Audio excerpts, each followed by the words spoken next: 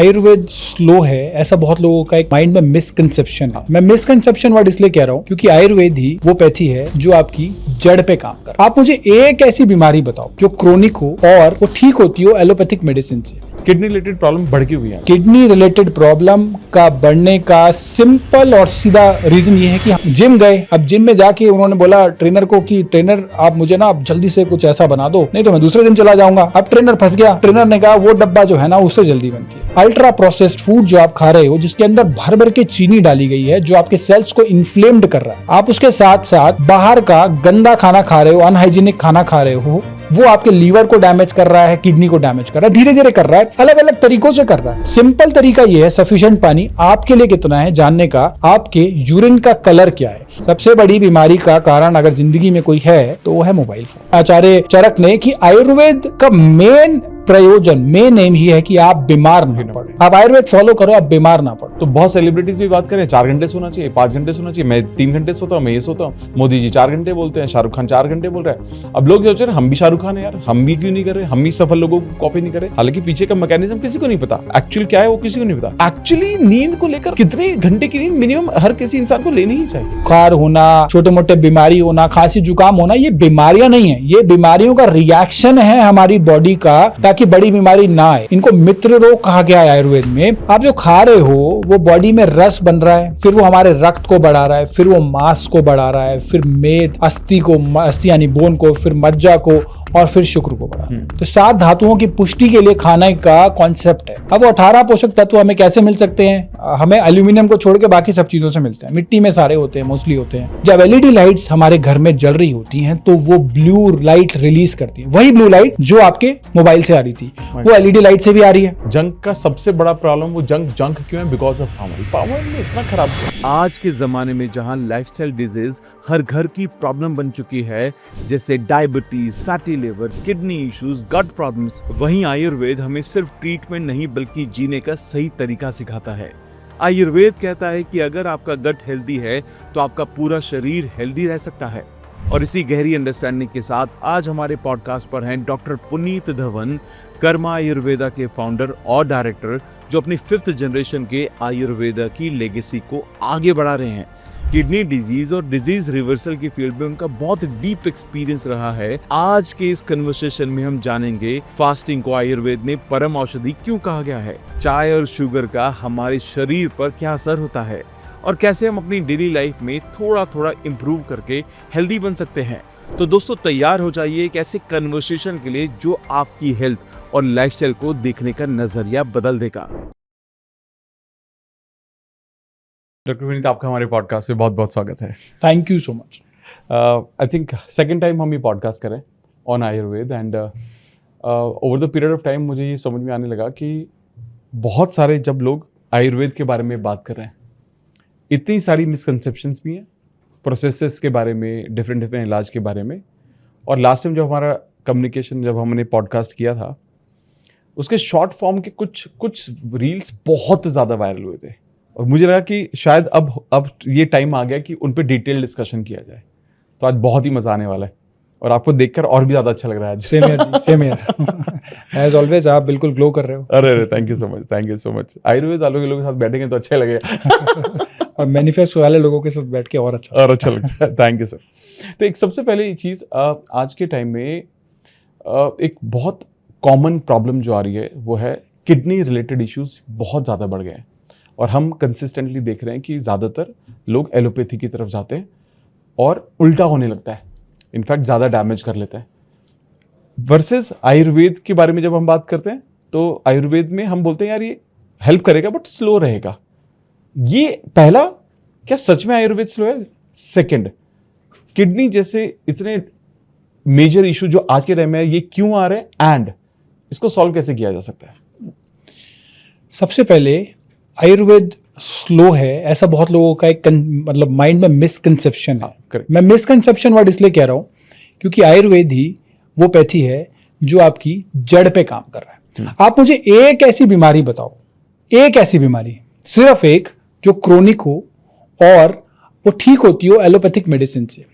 Blood pressure ठीक होता है, अगर किसी को बीपी है सारी जिंदगी दवाई लेगा वो। हाँ। किसी को डायबिटीज है सारी जिंदगी दवाई लेगा वो, फिर इंसुलिन लेगा, उसके बाद उसकी कॉम्प्लिकेशन झेलेगा। किसी को थायराइड है, लेना शुरू करेगा वो 25 mg से, बढ़ते बढ़ते बढ़ते उम्र के साथ साथ डोज बढ़ेगी। बिल्कुल सही है। इसी प्रकार से स्किन की प्रॉब्लम ले लो, पार्किंसंस ले लो, लीवर की समस्या ले लो, या फिर किडनी की प्रॉब्लम ले लो। एक ऐसी बीमारी एक्सेप्ट सर्जिकल को छोड़ देते हैं, हम उस पर चर्चा ही नहीं करते। वहां पे वो है, आप सर्जरी करानी है वहां जाओ, अगर आपको इमरजेंसी है वहां जाओ। लेकिन अगर कोई क्रोनिक प्रॉब्लम है और आपको क्रोनिक प्रॉब्लम आप सोच रहे हो कि आप वहां जाके ठीक हो रहे हो, तो आप अपनी बॉडी को मेंटेन भी नहीं कर रहे, क्योंकि डोजेज तो बढ़ती जा रही है। तो आयुर्वेद जो है वो जड़ पे काम कर रहा है, आयुर्वेद जो वो रूट कॉज पे काम कर रहा है, वो आपके दर्द को दबा नहीं रहा। आप समझिए घर में अगर आग लगी है किसी के और अलार्म बज रहे हैं, फायर अलार्म बज रहे हैं, तो क्या आप उस आग को बुझाओगे या उस फायर अलार्म को बुझाओगे? आग को बुझाएंगे, करेक्ट। बट हम क्या कर रहे हैं, हम उस फायर अलार्म को बुझाते हैं, हम बीमारी को दबा देते हैं, क्रोनिक प्रॉब्लम जो है उसको दबा देते हैं। यानी कि आग लगी और फायर अलार्म हमने बंद कर दिया और फिर चैन की नींद सो गए। मतलब एक प्रकार से पेन हुआ और पेन किलर लिया और हमें लगा कि हमारी बीमारी ठीक हो गई। ट्रू। तो पेन किलर कोई इलाज नहीं है, पेन किलर कोई ट्रीटमेंट नहीं है। अगर आपके घुटने में दर्द है, माइग्रेन है, या बॉडी में कहीं भी दर्द, लोग एक पेन किलर लेते हैं और उनको लगता है कि बीमारी ठीक हो गई। हाँ। अलार्म आपने बंद कर दिया, बॉडी अलार्म बजा रही थी ना कि आग लगी है, एक्शन ले लो, अलार्म आपने बंद कर दिया। हमारा काम है उस आग को बुझाने का, जड़ पे काम करने का। मैं कहता हूं कि वैसे तो स्लो है नहीं, लेकिन अगर स्लो भी है, परमानेंट काम कर रहा है तो भी अच्छा है ना। Correct. जड़ पे काम कर रहा है। करेक्ट, बिल्कुल सही है। किडनी रिलेटेड प्रॉब्लम बढ़ गई हुई है आजकल।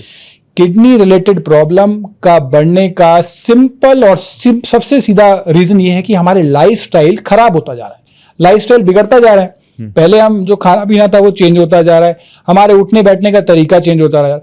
और दो ही कारण है किडनी प्रॉब्लम के, मेन दो ही रीजन है।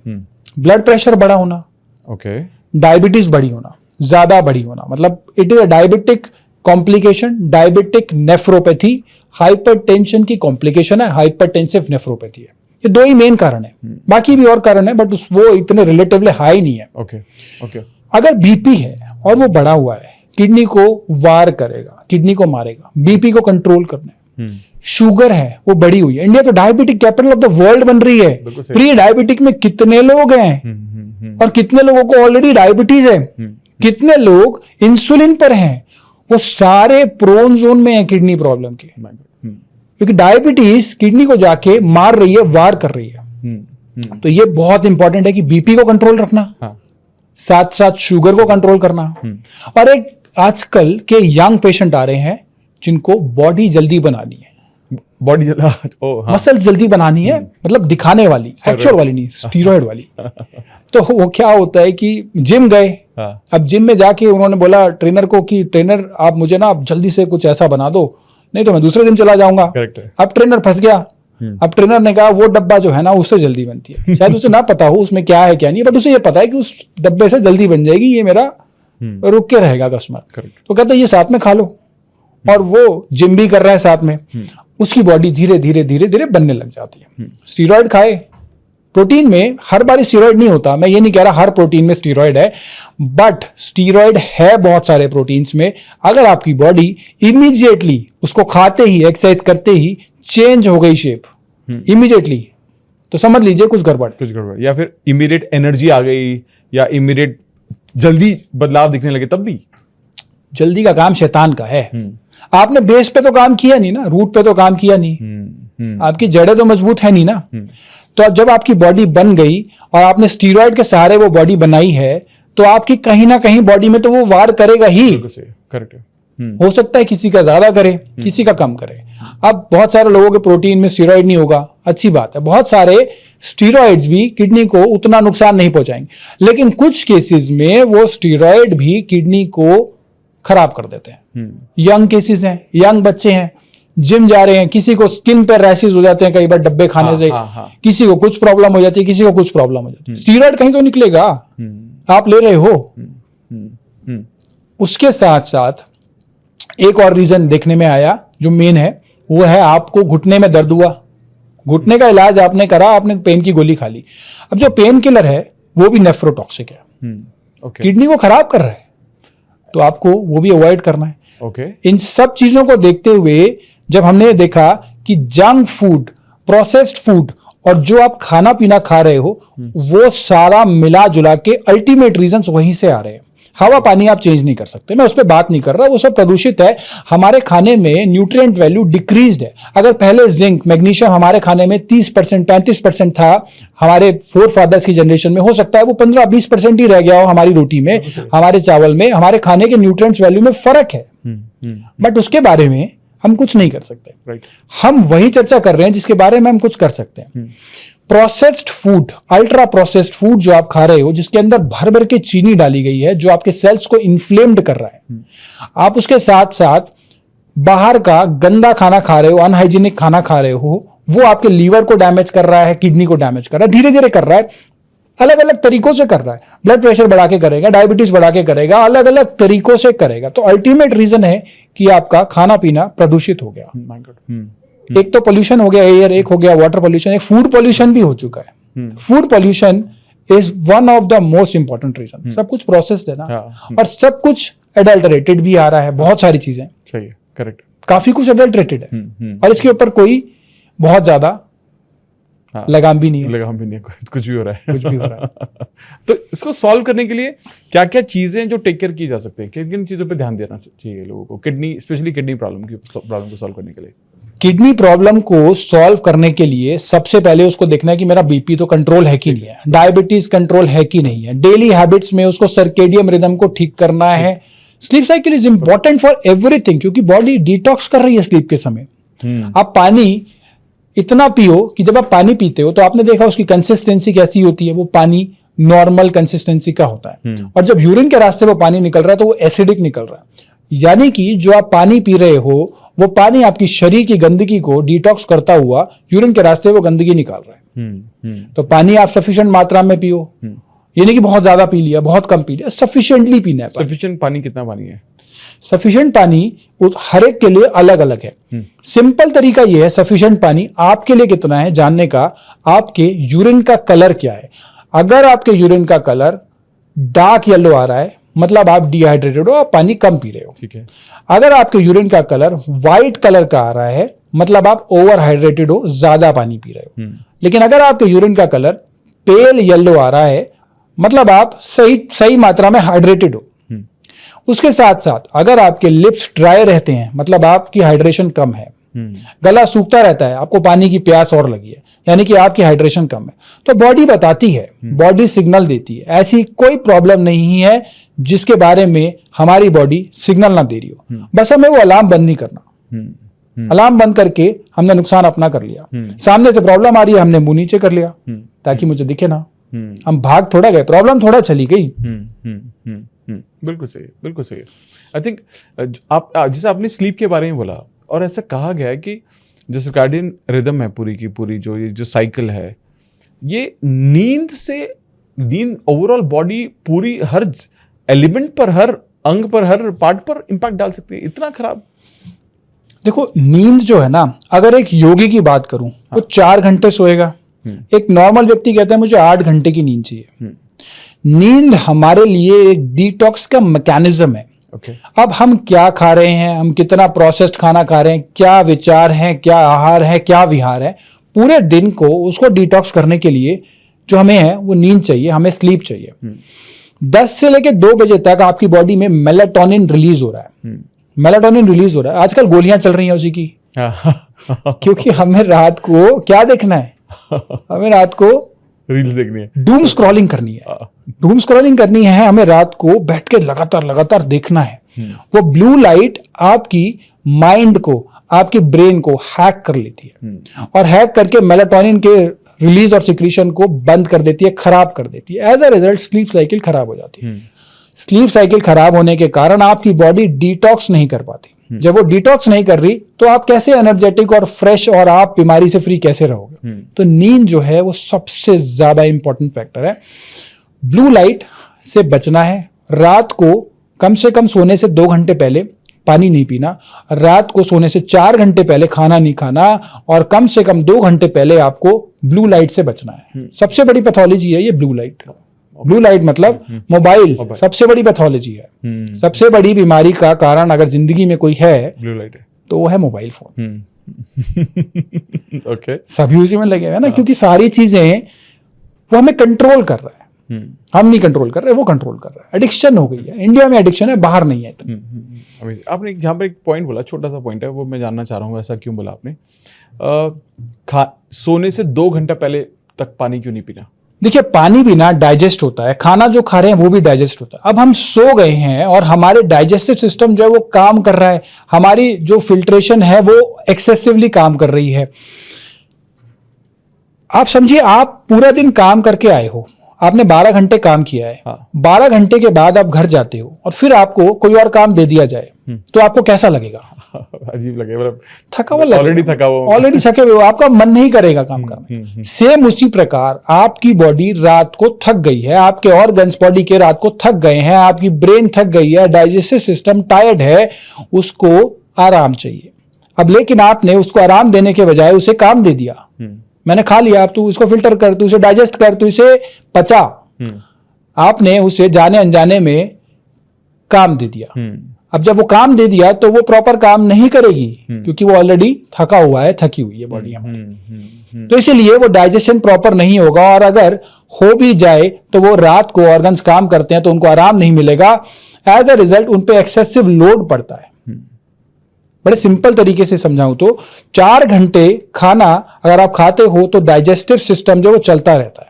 मतलब अगर आपने रात को सोने के समय खाना खाया तो आप सो गए, लेकिन आपका डाइजेस्टिव सिस्टम काम कर रहा है 4 घंटे तक। सिमिलरली अगर आपने ब्लू लाइट का सेवन किया तो आपका ब्रेन जो है वो हैक हो चुका है। कम से कम 2 से 4 घंटे वो आपको इंपैक्ट देगी। 15 से 20 मिनट की ब्लू लाइट अगर आपने ले ली सोने से पहले, वो कैफीन का काम करती है सोने से पहले, नींद नहीं आएगी उससे। और लोग परेशान रहते हैं लोग, उसको आदत पड़ गई। और कुछ लोग तो कहते हैं अरे हम तो ऐसे ही सो जाते हैं देखते देखते देखते देखते। अरे आप सही नहीं हो, आप बीमारी की तरफ जा रहे हो अगर ऐसे सो रहे हो तो। चेंज कर लो इसको समय रहते। क्या है ना, बीमारी आती तो बड़ी जल्दी है और जाती बड़ी देर से। तो आयुर्वेद क्या कहता है कि आप बीमार ना पड़ो। आयुर्वेद ये नहीं कह रहा कि आप आओ और हम इलाज कराएं। अगर ये चीज समझ ले, लोगों ने आयुर्वेद को जान लिया तो इस दुनिया में किसी भी डॉक्टर की जरूरत ना पड़े। आयुर्वेद इतना पावरफुल है। आयुर्वेद कह रहा है स्वास्थ्य से स्वास्थ्य रक्षण मातुरस्य विकार प्रशमनम चा। स्वास्थ्य से स्वास्थ्य रक्षण मातुरस्य विकार प्रशमनम चा, यानी कि आयुर्वेद कहता है कि मैं, आयुर्वेद जो लिखा है आचार्य सुश्रुत ने, आचार्य चरक ने, कि आयुर्वेद का मेन प्रयोजन, मेन एम ही है कि आप बीमार ना पड़ो।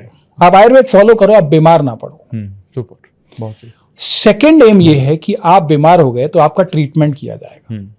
अब मैं ये नहीं कह रहा कि आज 5000 साल पहले हम पीछे जाके ये चीजें हम सेम एज इट इज कर सकते हैं। बहुत सारी चीजें जो चेंज है ही है ना, बट जो हाथ में है उसको तो कंट्रोल कर लें। अमेजिंग। नींद के ऊपर भी जो आपने एक छोटा पॉइंट बोला, वापस से जा रहा हूँ, नींद के ऊपर बड़ा डिबेट चलता है। जैसे आपने एक तो बहुत खूबसूरत बात बताई कि 10 से 2 तो ये तो सो नहीं है, मेलाटोनिन रिलीज हो रहा है, रादर देन गोलियां खाना जो मिल रही है आजकल वो छोड़ो, इस टाइम सो। लेकिन कितने घंटे की नींद सही नींद है? क्योंकि तो बहुत सेलिब्रिटीज भी बात करें 4 घंटे सोना चाहिए, 5 घंटे सोना चाहिए, मैं 3 घंटे सोता हूँ, मैं ये सोता हूँ, मोदी जी 4 घंटे बोलते हैं, शाहरुख खान 4 घंटे बोल रहा है। अब लोग सोच रहे हैं हम भी शाहरुख खान है यार, हम भी क्यों नहीं कर रहे, हम भी सफल लोगों को कॉपी नहीं कर रहे। हालांकि पीछे का मैकेनिज्म किसी को नहीं पता, एक्चुअल क्या है वो किसी को नहीं पता। तो एक्चुअली नींद को लेकर, नींद कितने घंटे की नींद मिनिमम हर किसी इंसान को लेनी ही चाहिए? देखिए, नींद का ना, ये जो मैंने आपको बताना, आप क्या खा रहे हो, आपका आहार कैसा है, आपका विहार यानी आपका लाइफस्टाइल कैसा है, ये 2 ही चीजें मेन है। आहार मतलब आप क्या खा रहे हो, और विहार मतलब आपका लाइफस्टाइल क्या है। इसी के ऊपर आपकी नींद की घंटे डिपेंड करेंगे, क्योंकि वही तो डिटॉक्स करना है ना बॉडी में। आपके आहार को डिटॉक्स करना है और आपके लाइफस्टाइल को डिटॉक्स करना है। अगर आपने जंक खाया, प्रोसेस्ड खाया, आपने बाहर का गंदा खाना खाया, आपने ऐसा खाना खाया जिससे टाइफाइड होने के चांसेस है, बीमारी होने के चांसेस है, तो बॉडी को डिटॉक्स करने के लिए समय ज्यादा चाहिए, नींद ज्यादा चाहिए आपको। अगर आपका आहार सही है, आपका विहार सही है, आपका खाने का पैटर्न ठीक है, सोने का टाइम ठीक है, तो आपको कम समय में भी आपकी बॉडी डिटॉक्स कर लेगी, आप फ्रेश रहोगे। सुपर, वाह। हैवी खाना खाओगे तो ज्यादा देर सोओगे, क्योंकि बॉडी को ज्यादा टाइम चाहिए वेरी लॉजिकल, नाइस। तो 6 से लेके 8 घंटे तक का टाइम जो है वो हैवी खाने वालों के लिए है। 4 घंटे योगी, अगर एक आदमी योग जो करता है, उसका खाना आहार विहार ठीक है, लाइफस्टाइल ठीक है, 4 घंटे की नींद में भी डिटॉक्स हो जाएगा। बहुत शानदार, बहुत शानदार, बहुत शानदार। तो जब हम खाने की बात करते हैं, आपने खाने की बात की कि खाना बहुत इंपॉर्टेंट है, और ये सच में जो आपने बात बोली ये बहुत लॉजिकल है। मेरे को पहली बार इसका समझ में आया। अदरवाइज हम नॉर्मली हम बोलते हैं कि 6 से 8 घंटे तो सोना ही चाहिए, लेकिन कितनी खूबसूरत बात आपने बोली कि यार डिपेंड करता है कि आप अपनी बॉडी को कितना काम दे रहे हो, उतनी जल्दी वो रिकवरी करेगी। जितना कम काम दोगे उसे प्रोसेस करने के लिए, उतनी कम नींद की जरूरत में भी काम चल जाएगा। अब जब हम खाने की बात कर रहे हैं, सात्विक, राजसिक, तामसिक, अलग अलग तरह खाना है, इसका इंपैक्ट हमारी बॉडी पर क्या है? खाना ना आयुर्वेद में 3 तरीके से बताया गया। सात्विक यानी सत्व को बढ़ाने वाला, राजसिक यानी रजस गुण को बढ़ाने वाला, और तामसिक तमस को बढ़ाने वाला। अब नॉन वेज है या अल्कोहल है, ये तामसिक चीजें हैं। सात्विक चीजें हैं जो नेचुरल प्लांट बेस्ड चीजें हैं, और राजसिक चीजें हैं जो पित्त को बढ़ाती हैं, जैसे गर्म चीजें जो हैं। तो सबसे अच्छा खाना है नेचुरल फ्रूट, वेजिटेबल्स, सात्विक आहार है। सात्विक आहार आप खाते हो तो आपकी बॉडी के अंदर सत्व गुण बढ़ता है, पॉजिटिव फीलिंग आती है, पॉजिटिव वाइब्स आती हैं, और पॉजिटिव माइंडसेट रहता है। इसी प्रकार से राजसिक अगर होता है तो रजस गुण बढ़ेगा। तो यानी कि जो आहार विहार है उसको कैटेगराइज कर दिया गया है 3 कैटेगरीज में। बेस्ट इसमें सात्विक बताया गया है, और जो लीस्ट बताया गया वो तामसिक बताया गया। अब यहां पे ये नहीं मैं कह रहा कि आप देखो, कुछ ऐसी जगह हैं जहां पे नॉन वेज ही है, अवेलेबल है, तो वहां तो नॉन वेज ही खाएंगे। ये लोकल आपके क्लाइमेटिक जोन पे डिपेंड करता है कि लोकल आपके आसपास क्या अवेलेबल है। करेक्ट है। डाइट कभी भी नेशनल नहीं होती, कभी भी इंटरनेशनल नहीं होती। इसलिए सात्विक, राजसिक, तामसिक एक कैटेगराइजेशन है। आपके आसपास क्या उग रहा है, क्या मिल रहा है, डाइट वही स्टेपल होती है। तो डाइट हमेशा लोकल होनी चाहिए, इंटरनेशनल भी नहीं होनी चाहिए और नेशनल भी नहीं होनी चाहिए। हो सकता है साउथ इंडिया में चावल, ईस्ट इंडिया में चावल, नॉर्थ में रोटी, वेस्ट में रोटी, तो that can differ. Okay okay. आपके जलवायु किस प्रकार से, तो नेशनल डाइट, इंटरनेशनल डाइट जैसी कोई चीज नहीं है। बहुत सही।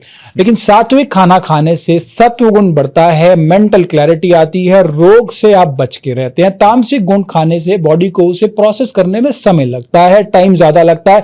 अल्ट्रा प्रोसेस फूड सारा तामसिक है। जो भी बाहर आप pizza, burger, momos, cold dog, hot dog सब खा रहे हो तो ये सारा तामसिक है। तमस को बढ़ाएगा, तमस बढ़ेगा तो बॉडी पे लोड पड़ेगा तो कहीं ना कहीं तो निकलेगा। बुखार होना, छोटे मोटे बीमारी होना, खांसी जुकाम होना, ये बीमारियां नहीं है, ये बीमारियों का रिएक्शन है हमारी बॉडी का, ताकि बड़ी बीमारी ना आए। इनको मित्र रोग कहा गया है आयुर्वेद में। बुखार अगर हुआ किसी को तो वो हमारी बॉडी इम्यूनिटी दे रही है, लड़ रही है उस बीमारी से, क्योंकि हमने कुछ ऐसा आहार विहार लिया या कोई इन्फेक्शन हमें हुआ जो हमारी बॉडी में नुकसान पहुंचा सकता है। तो उसको काउंटर करने के लिए बॉडी का ये रिएक्शन है। खांसी जुकाम बुखार ये छोटे रोग जो है मित्र रोग है। इसलिए आयुर्वेद में इसको दबाने के लिए नहीं कहा जाता। आयुर्वेद में कहा जाता है कि आप इसे निकलने दीजिए। एलोपैथी में उल्टा है। एक इसका मतलब मैं ये नहीं कह रहा यहाँ पे, एलोपैथी में कहते हैं दबा दो। एक ज्यादा एक लेवल से बुखार हो जाएगा तो वो नुकसान देगा, तो हमें वहां पे ये ध्यान रखना है कि अगर बहुत ज्यादा जा रहा है तो बॉडी को नुकसान देगा वो। लेकिन आयुर्वेद कहता है बीमारी मत पड़ो। अगर नॉर्मल बुखार है, मैं बड़े बुखार की बात नहीं कर रहा, तो आपने अगर बुखार आने से पहले बॉडी में प्रोड्रोमल सिम्टम्स आते हैं, बॉडी एक होगा, सर दर्द होगा, आपको पता चलता है कि मुझे कल बुखार आने वाला है। करेक्ट। ऐसा अंदाजा लग जाता है, बिल्कुल लग जाता है। अगर उसी दिन आपने लंघन कर लिया यानी कि फास्टिंग कर ली तो अगले दिन बुखार नहीं आएगा, प्रोवाइडेड वो कोई वायरल बहुत ज्यादा ना हो या कोई अलग टाइप का इन्फेक्शन ना हो। 99% बुखार नहीं आएंगे आप। ओके। क्योंकि आपकी बॉडी में फास्टिंग करते ही ऑटोफेजी शुरू हो जाती है। ऑटोफेजी ये एक आचार्य वाघभट ने बताई थी 5000 साल पहले। इसके ऊपर एक नोबेल पुरस्कार भी मिला है जापान के साइंटिस्ट को, लेकिन क्रेडिट आचार्य वाघभट को दूंगा, उनका नाम नहीं लूंगा मैं। तो 5000 साल पहले आयुर्वेद में बताया गया कि आप फास्टिंग करते हैं तो आपकी बॉडी रिजुविनेट करती है। लंघनम परम औषधम, जिसे आज ऑटोफेजी बोल दिया, रीब्रांडिंग होके वापस आ जाती है ना, इंटरमिटेंट फास्टिंग। अरे कॉन्सेप्ट तो हमारे हैं। कॉन्सेप्ट तो हमारे आयुर्वेद के हैं, करेक्ट करेक्ट करेक्ट। और हम लोग उसे भूलते जा रहे हैं। बाहर के लोग तो फॉलो कर रहे हैं, योग कर रहे हैं, फास्टिंग कर रहे हैं, 3 days फास्टिंग रिट्रीट हो गए हैं वहां पे शुरू, 3 दिन जाते हैं लोग और सिर्फ फास्ट कर रहे होते हैं। तो ये चीजें जो हैं हमें देखनी पड़ेंगी कि बुखार 99% बुखार नहीं आएंगे अगले दिन अगर लंघन कर लिया। Super I think. और मुझे लगता है कि हम मतलब जिस जगह से हम आते हैं, हम तो बीमार होते हैं तो फेवरेट फूड खाते हैं और ज्यादा चटपटा चाहिए और ज्यादा मीठा चाहिए, बिकॉज बीमार है तो वो हमें माँ कहती है ना, माँ बाप कहते हैं कि खा ले बेटा, जो मन कर रहा है वो खा ले। हाँ, और डॉक्टर्स भी कहते हैं कि आप जो है जो मन करे वो खाओ। आयुर्वेद में ना खाने पीने पे बहुत ज्यादा स्ट्रेस दिया गया है, ओके है ना। तो लेकिन खाने पीने का रोल इज वेरी इंपॉर्टेंट, क्योंकि हम कह रहे हैं ना बीमार मत पड़ो। भाई क्यों गोलियों पे डिपेंडेंसी रखनी है? अरे आपकी बॉडी गोलियां खाने के लिए थोड़ा बनी है, सुबह से शाम, दिन से रात। This is what is happening. वो आपने 20 से 60 तक गोली चल रही है। हाँ, 20 से 60 की उम्र तक गोली ही है, गोलियां चल रही हैं। As young age 18 years 20 years कोई ना कोई, बहुत सारे पेशेंट ऐसे हैं जिनको कुछ ना कुछ प्रॉब्लम शुरू हो जाती है। They are dependent on this pills. Correct correct correct correct. Ayurveda से दूर हो गए, गोलियों के पास हो गए। अभी रिसेंटली वो मुलायम सिंह जी के बेटे का जो आया, वो ऐसे कहा गया कि उनके भी स्टेरॉइड्स या फिर खाने पीने, मतलब वैसे तो बहुत हेल्दी है, outer body is very healthy, but लेकिन इंटरनली इतने सारे केमिकल्स मिले हैं, खाना पीना, इट इज ऑल दैट। सब वो सब सेम। जो दिखता है ना वो होता नहीं है, और जो होता है वो दिखता नहीं है। अब आपकी बॉडी तो बाहर से हेल्दी है, लेकिन आपका हार्ट के कितना लोड डाल दिया आपने वो बॉडी को हेल्दी दिखाने के लिए, आपने किडनी पे कितना लोड डाल दिया।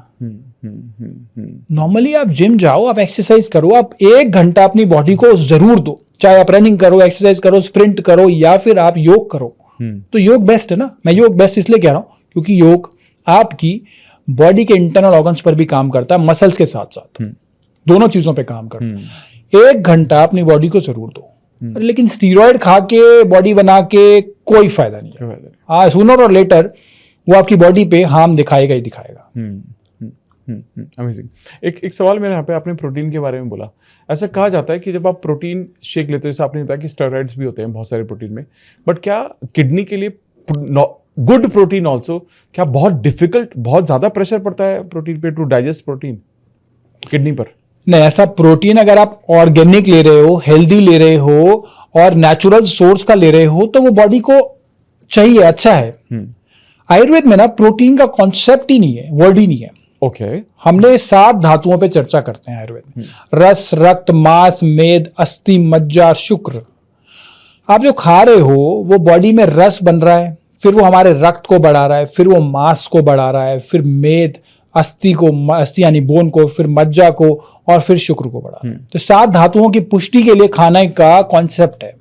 प्रोटीन का कॉन्सेप्ट जो है वो मॉडर्न आया है। प्रोटीन का हमारी बॉडी को, अगर मैं आज के उसके बात करूं, पैच आज के हिसाब से मैं अगर बात करूं तो प्रोटीन की रिक्वायरमेंट है ना बॉडी को, लेकिन वो पचना चाहिए, वो डाइजेस्ट होना चाहिए। नहीं पचेगा तो वो आम बनाएगा। यही कॉन्सेप्ट 7 धातु में बताया गया है कि आप जो खा रहे हो वो रस, रक्त, मांस में, दस्ती, मज्जा, शुक्र में परिवर्तित होना चाहिए। तो वो जो ऑर्गेनिक होगा, जो हमारी बॉडी 5 महाभूतों से बनी है, आकाश, वायु, अग्नि, जल, पृथ्वी, जिन पे ये 5 महाभूतों की स्पर्श नहीं हुआ वो नेचुरल फूड नहीं है। आकाश, वायु, अग्नि, जल और पृथ्वी, जिन पे ये 5 महाभूत नहीं आए वो नेचुरल फूड नहीं है। वो हमारी बॉडी को बहुत जल्दी डाइजेस्ट नहीं होगा। तो जो डब्बे फैक्ट्रियों में पैक होके आ रहे हैं उन पे ये चीजें नहीं आई हैं, तो वो एक इनऑर्गेनिक फॉर्म ऑफ प्रोटीन है हमारे लिए। उसके बजाय ऑर्गेनिक फॉर्म ऑफ प्रोटीन पर निर्भर ज्यादा रहे हम, ऑर्गेनिक फॉर्म ऑफ प्रोटीन के ऊपर डिपेंड ज्यादा रहे। मतलब तो क्या हमें लगता है कि दालों से ये सब पॉसिबल है, प्रोटीन, नेचुरल प्रोटीन वगैरह मिलना? देखो दालों का प्रोटीन जो है ना, ये क्या होता है कि दालों के प्रोटीन अगर आप उसको कैसे बना रहे हो उसके ऊपर डिपेंड करता है, वो टूटे ना।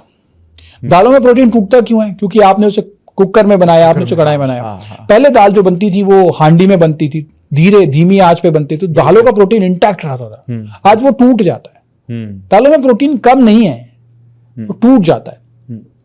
तो हमें ये देखना है कि वो प्रोटीन टूटे। प्रोसेस कैसे? ओके, बराबर। ये चीज का ध्यान रखें। उसके साथ साथ अगर समय कम भी है तो ये कोशिश करें कि मिट्टी के बर्तन में नहीं भी पॉसिबल तो एटलीस्ट हम उसे कुकर में चीजों को ना बनाए, एल्यूमिनियम के कुकर में ना बनाए। ये समझना, एल्यूमिनियम के साथ इतनी दिक्कत क्यों है? ये बहुत लोग बोलने लगे हैं कि एल्यूमिनियम तो बिल्कुल गड़बड़ है खाना बनाने के लिए, और मुझे लगता है कि 90% घरों में इंडिया में, तो ज्यादा ही बोल रहा हूँ, 99 बोलूंगा मैं, तो एल्यूमिनियम के ही सारे बर्तन होते हैं। और 90% घरों में आपको हर घर में कोई ना कोई एक पेशेंट भी मिल जाएगा। बिल्कुल सही है, करेक्ट है। एल्यूमिनियम के बर्तन जो हैं वो किस लिए बने हैं? वो हवाई जहाज में यूज हो रहा है एल्यूमिनियम, किसी भी प्रेशर को झेल जाएगा। एल्यूमिनियम ऐसा मेटल है जिसमें आप बना रहे हो, वो आपके खाने में एल्यूमिनियम साथ में जा रहा है। जब आप किसी बर्तन में बनाते हो, लोहे की कढ़ाई में बनाते हो तो आयरन मिलता है, एल्यूमिनियम की बर्तन में बना रहा हो तो एल्यूमिनियम मिल रहा है। एल्यूमिनियम मिल रहा है तो वो आपकी बॉडी के अंदर जा रहा है, अंदर तो चला गया, बाहर कैसे निकलेगा? हैवी मेटल है ना, झेल जाता है चीजों को। लेकिन अगर आपने प्रेशर कुकर एल्यूमिनियम का छोड़ दिया और अगर आपने उसके साथ साथ स्टील का यूज किया, उससे बेटर स्टील से बेटर लोहे का, लोहे से बेटर मिट्टी का, इनमें से यूज किया खाना बनाने के लिए, तो आपको बहुत सारी बीमारियां नहीं होंगी। एल्यूमिनियम एक हेवी मेटल है जो हमारी बॉडी में चला तो जाता, निकलता नहीं है। माइक्रोवेव आ गए घरों में। हाँ। माइक्रोवेव की किरणों से कैंसर तक होता है, क्योंकि उसकी जो तरंगे हैं वो हमारे फूड में मिलकर हमारी बॉडी में आयंस को एक्टिवेट कर देती है। उसके साथ साथ ये जो रात को वाईफाई आप चला रहे हो, वाईफाई चल रहा है रात को, दिन में भी चल रहा है, रात को भी चल रहा है। अब दिन में तो काम करना है, चलेगा, रात को आप सो रहे हो, आपको वाईफाई नहीं चाहिए। अरे वो वाईफाई दीवार को चीर भी देता है, चीर के आ रहा ना दीवार से। तो आपका स्कल क्या चीज है? आपके स्कल को पेनिट्रेट नहीं करेगा। जब दीवार को पेनिट्रेट करके आपके तक आ रहा है तो स्कल को तो पेनिट्रेट करेगा। तो आपके आर पार दीवार रात को भी हो रहा है। रात को भी आयंस जो हैं वाईफाई के आपके अंदर जा रही हैं। My God. और आप चार्ज हो रहे हो ना, नेगेटिवली चार्ज हो रहे हो। Very good. तो ये वाईफाई रात को आपको बंद करके सोना है। रात को जो लोग वाईफाई चला के सो रहे हैं ना, वैसे ही मैंने बताया ना, कुछ चीजों तो कंट्रोल में ही नहीं है ना हमारे, उस पर तो बात ही नहीं कर रहे। लेकिन क्यों हम जो चीज बच सकते हैं जिस बीमारी से, उससे बचने का प्रयास तो करें। एयर फ्रायर्स को, वाईफाई को, इसके साथ साथ जो हमारा माइक्रोवेव है, किसी को दान में भी नहीं देना माइक्रोवेव। इतना खराब है? बिल्कुल। My God. और my God, wow, okay, super. और वाईफाई सोने से पहले अगर बंद नहीं किया तो घर में बड़े हैं, बुजुर्ग हैं, आप भी हैं, सबके बॉडी के अंदर जा रही है रेस। गाड़ी के अंदर आप वैसे ही ब्लूटूथ चला रहे हो, कार में आपने वैसे ही ब्लूटूथ लगा रखा है, रेस तो आपके चारों तरफ वैसे ही है। रात को भी आपने ले ली। वेरी लॉजिकल, क्या बात है। आई थिंक ये इसी वजह से बहुत सारी चीजें हो रही है। एक और चीज मेरे को जाननी है, जैसे आपने बताया कि एल्यूमिनियम नहीं करना चाहिए, फिर देन स्टील है, देन मिट्टी के बर्तन है, तो लोहा है, देन मिट्टी के बर्तन है। कॉपर का यूज बड़े लोग करते हैं। कॉपर के बर्तन में पानी पीने का बहुत ज़्यादा प्रचलन है, बहुत बिजनेस भी बढ़ रहा है ऐसे लोगों का, बोतल बनाते हैं, बहुत सारी चीज़ होती है। बट ये हाउ गुड इट इज, कितना अच्छा है ये? कॉपर का पानी जो होता है ना, रात को हम पहले बहुत सारे हमारे जो बड़े बुजुर्ग थे वो कॉपर के ग्लास में पानी बॉटल में रखते थे और अगले दिन पीते थे उसको। हमारी बॉडी के लिए अच्छा है। हमारी बॉडी में 18 पोषक तत्वों की जरूरत है। अब वो 18 पोषक तत्व हमें कैसे मिल सकते हैं? हमें एल्यूमिनियम को छोड़ के बाकी सब चीज़ों से मिलते हैं। मिट्टी में सारे होते हैं, मोस्टली होते हैं। उससे कम आपका लोहे में होते हैं, स्टील में नहीं होते, लेकिन नुकसान भी नहीं करता। यहाँ पे तो नुकसान हो रहा है। तो आपने देखना माइनस में, जीरो में, प्लस में कहाँ पे आपके लिए सूटेबल है। मिट्टी में टाइम ज्यादा लगता है ना, हाँ। लोहे में टाइम कम लगेगा। तो वो दैट इज लॉजिकल, सबके लिए पॉसिबल नहीं हो सकता हमेशा करना। तो जहां आपको सूटेबिलिटी लगती है वहां करें, बट एल्यूमिनियम को त्याग दो, छोड़ दो। Amazing, okay. एक चीज और मैं कहना चाहूंगा, हमने क्या करा, हमने अपने घर में एक लाइटें लगवाई बिजली का बिल बचाने के लिए। हाँ। उसका नाम है एलईडी लाइट्स। हाँ, राइट। एलईडी लाइट्स लगवाई क्योंकि कॉस्ट इफेक्टिव है बिल्कुल, लेकिन हेल्थ को मार देती है, खत्म कर देती है। वो कैसे करती है? जब एलईडी लाइट्स हमारे घर में जल रही होती हैं तो वो ब्लू लाइट रिलीज करती है, वही ब्लू लाइट जो आपके मोबाइल से आ रही थी वो एलईडी लाइट से भी आ रही है। अब हम तो लाए बिजली बचाने के लिए, और लेकिन हेल्थ खराब करने के लिए तो नहीं लाए। उसके साथ साथ एलईडी लाइट आपके कॉर्टिसोल लेवल को इंक्रीज करती है, स्ट्रेस हार्मोन को बढ़ाती है। एलईडी लाइट्स मेलाटोनिन को कम करती हैं, जो आपका एक अच्छा हार्मोन है, आपको सोने के लिए जरूरी है। हम एलईडी लाइट्स लाए, नकली लाइट्स बिल्कुल लाए, ताकि हमारी बिजली की सेविंग हो जाए, लेकिन हमने हेल्थ को मार दिया। तो अपने घरों से इस एलईडी लाइट को निकाल के नॉर्मल वार्म व्हाइट लाइट को यूज करें, ताकि ये हेल्थ पे खराब ना हो। देखो हमने ना सब कुछ चेंज कर दिया और हमारी हेल्थ खराब होती चली गई। तो एक एक करके हम सब चीजों को ठीक करने लग जाएं, तो हम काफी हद तक पहले जैसी चीजें अचीव कर सकते हैं। करेक्ट। लेकिन मार्केटिंग नहीं होती इन चीजों की।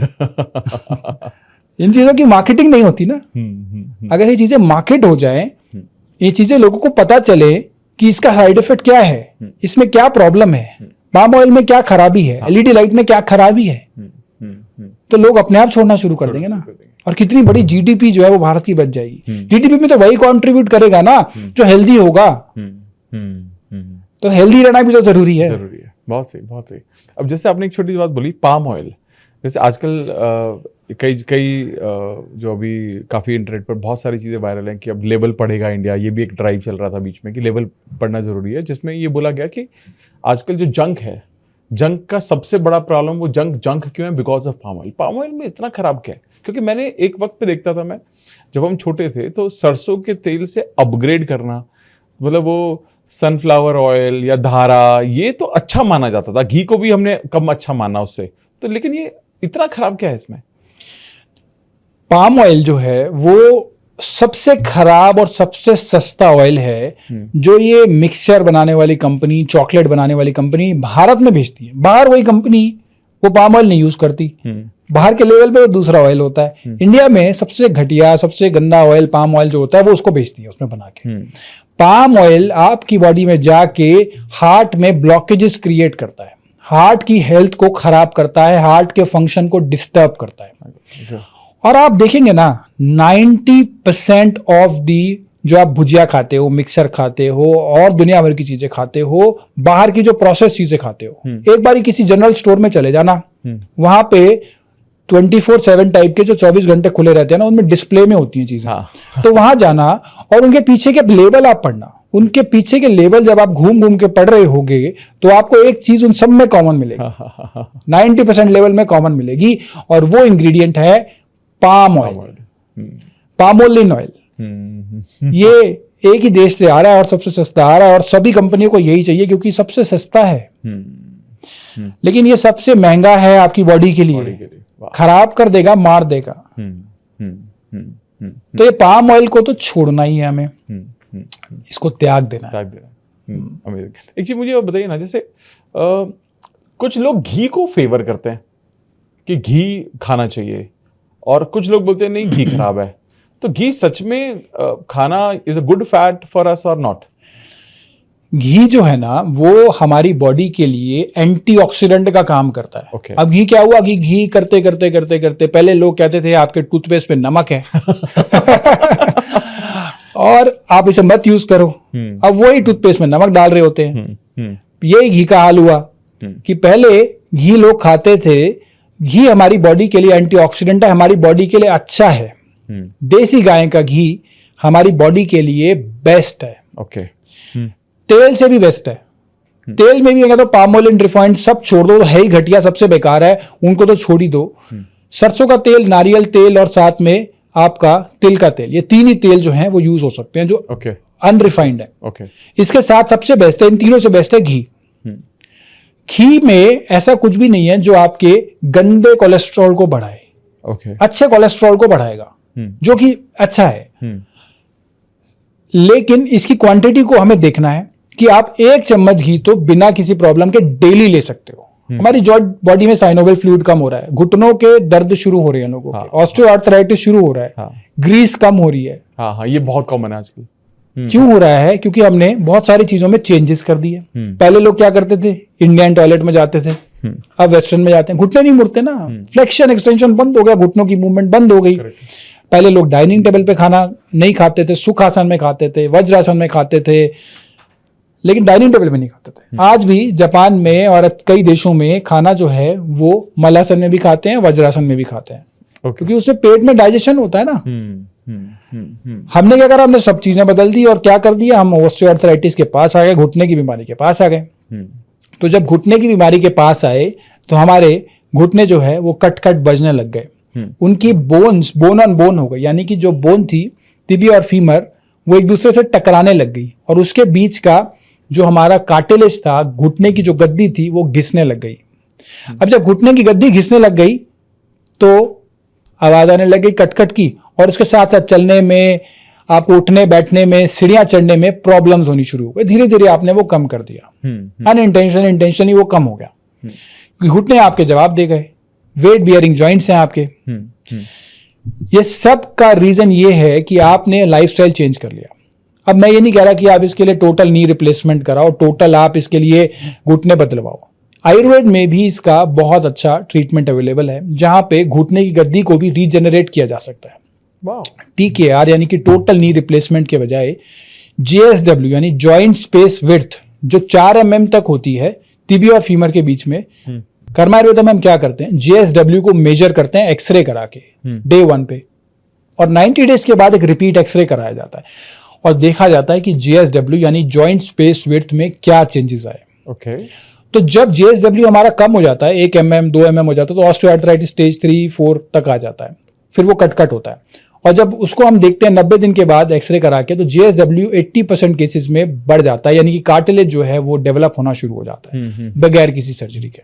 ओके, मतलब ये क्या प्रोसेस क्या है, ये जो आप कर्मा आयुर्वेदा में करते हैं, इसका ये प्रोसेस क्या अडॉप्ट करते हैं आप, इसको जो साइज इसका बढ़ता है? इसमें हम पेशेंट को एक प्रोटोकॉल के तहत पंचकर्मा की थेरेपीज देते हैं, डिटॉक्स भी करते हैं, रिजुविनेशन भी करते हैं। थेरेपीज दी जाती हैं डिटॉक्स की और रिजुविनेशन की, उसके साथ साथ मेडिसिन भी दी जाती है, एक्यूप्रेशर भी बताया जाता है, उसके साथ साथ पेशेंट को डाइट पे बहुत ज्यादा फोकस किया जाता है। मैंने बताया ना, आम का कॉन्सेप्ट है आयुर्वेद में, अनडाइजेस्टेड फूड पार्टिकल, और वही सारी प्रॉब्लम्स का कारण है। तो वो भी डिटॉक्स में हम पहले उसको निकालते हैं, फिर बॉडी को रिजुविनेट करते हैं। जो ये नी रिप्लेसमेंट का जो प्रॉब्लम आज के टाइम में बहुत ही कॉमन है, मेरी मॉम को भी था ये, और मैं कंसिस्टेंटली देख रहा हूँ लोग डॉक्टर्स के पास जाके ये चेंज करवा डाल रहे हैं कि ऑपरेशन, और मैंने बहुत सारे केसेस में देखा है, पहले तो बहुत वक्त लगता है उनको रिकवरी में भी, और बहुत लोग तो मुझे लगता है रिकवर नॉर्मल चल ही नहीं पाते। आयुर्वेद में इसका सॉल्यूशन है क्या? आयुर्वेद में ना TKR टोटल नी रिप्लेसमेंट का बहुत बढ़िया ऑल्टरनेट है। आपने करा दिया अपनी मदर का? नहीं, हमने नहीं करा। My mother is no more now because of corona में वो नहीं रही। हाँ, लेकिन वो डॉक्टर ने बिल्कुल बोला हुआ था कि यार इनको बिल्कुल करना ही चाहिए आपको, ये तो आप छोड़ नहीं सकते उनको। जी।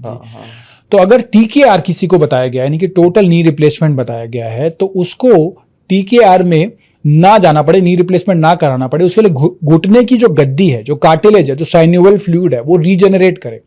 उसके लिए हमने पंचकर्म में डेवलप करी हैं काफी सारी थेरेपीज।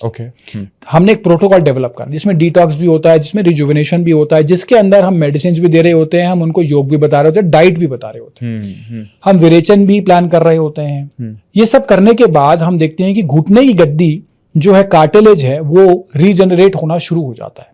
डे 1 पे एक्सरे कराया जाता है जिसके अंदर JSW देखा जाता है, जॉइंट स्पेस विड्थ को चेक किया जाता है। और डे 90 पे एक JSW एक्सरे कराया जाता है, वेट बियरिंग एक्सरे होता है, JSW को मेजर करते हैं, तिबिया और फीमर में कितना गैप बढ़ा, घुटने की गद्दी कितनी बनी, साइनेबल फ्लूइड कितना बढ़ा।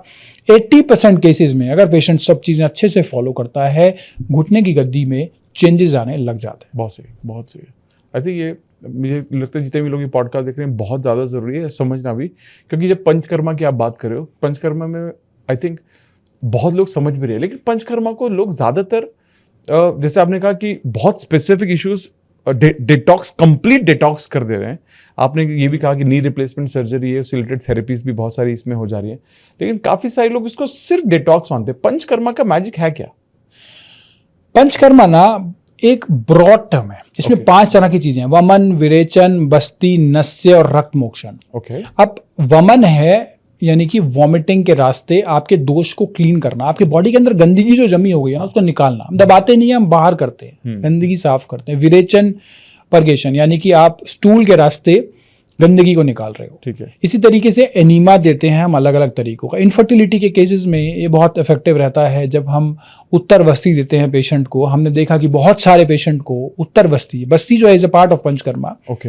हमने उत्तर बस्ती दी तो फेलोपियन ट्यूब की जो ब्लॉकेज थी वो ओपन होने लग जाती है। और जो जिनके फेल हो गए थे आईवीएफ भी, उनके आईवीएफ भी जो है उनको बगैर आईवीएफ के भी वो फेलोपियन ट्यूब ओपन हो जाती है और वो कंसीव कर जाते हैं। मतलब multiple time failure IVF cases आए हमारे पास। एक कपल आया जिन्होंने पिछले 5 साल से बहुत बार आईवीएफ ट्राई कर लिया और वो आईवीएफ फेल होने के बाद उनका कंसेप्शन नहीं हो पा रहा था मल्टीपल टाइम्स पे। उसकी फेलोपियन ट्यूब जो ब्लॉक थी वो फेलोपियन ट्यूब उत्तर बस्ती से ओपन हो गई और फाइनली उन्होंने कंसीव करा और अभी रिसेंटली वो मेरे पास आए पिछले 10 दिन पहले, उनका बेबी गर्ल भी हुई। Super beautiful. तो ये एक बहुत अच्छे प्रोसेस हैं।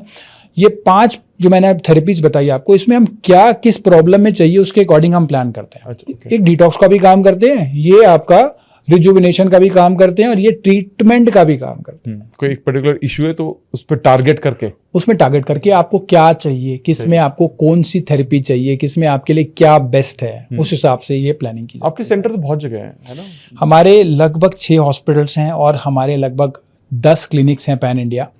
हमारा हॉस्पिटल्स अभी दिल्ली में, गुड़गांव में, जयपुर में 2 हॉस्पिटल्स हैं, उदयपुर में है और लखनऊ में है। उसके साथ साथ हमारे जो क्लिनिक्स हैं वो दिल्ली में, मुंबई में, लखनऊ में, पटना में, बैंगलोर में और मुंबई में है। ओके। और हम मल्टीपल लोकेशंस पर और ऐड भी कर रहे हैं। और इसके साथ साथ अगर आप कहीं और से भी पेशेंट को ट्रीटमेंट चाहिए होता है तो हम उनको टेलीमेडिसिन के थ्रू भी, हमारे डॉक्टर्स जो हैं टेलीमेडिसिन में होते हैं अवेलेबल, उनको हम ट्रीटमेंट समझाते हैं, उनको मेडिसिन भेजते हैं या उनको नियर बाय सेंटर में बुलाते हैं depending upon the condition of the patient. Okay. I think ये बहुत ज़रूरी भी है क्योंकि वही ना कि लोग ना ये भी कई जगह जहाँ पर हमारे लोग पॉडकास्ट देख रहे हैं तो हो सकता है सेंटर ना हो तो probably they can get in touch. मैं वो सारे के सारी डिटेल ना डिस्क्रिप्शन में डाल भी दूंगा आपके। I think I am sure it is going to help. मुझे ना यहाँ पर एक चीज़ चाहिए कि समझिए आज के दौर में गट के बारे में बहुत बात हो रही है और गट के बारे में ये भी कहा जा रहा है कि brain is are gut is are second brain, ये भी कहा जा रहा है। लेकिन गट तो हमने डैमेज कर लिया because of the junk food and all. ऐसी क्या तरीके हैं जो गट हेल्थ को इम्प्रूव किया जा सकता है? देखो, ब्रेन और गट का ना एक्सिस है एक। आपको आईबीएस होता है उसमें 90% यानी कि इरिटेबल बाउल सिंड्रोम जो गट की प्रॉब्लम है, 90% केसेस में उसमें पेशेंट को स्ट्रेस रहता है, मेंटल इश्यूज होते हैं, तो आईबीएस डेवलप हो जाता है, यानी कि उसको डाइजेशन खराब हो जाता है उसका। स्ट्रेस तो सबको है ना, स्ट्रेस को मैनेज करना है, अपने ऊपर हावी नहीं होने देना आपने। तो गट ब्रेन एक्सिस जो है दैट इज मोस्ट इंपॉर्टेंट। उस गट ब्रेन एक्सिस को मेंटेन करना बड़ा जरूरी है। खाना पीना ठीक रहेगा, आहार विहार की बात करते हैं हम। हेल्थ जो है ना, आयुर्वेद में क्या कहा गया है, आयुर्वेद में 5-4 साल पहले कहा गया, WHO ने रिसेंटली अडॉप्ट करा।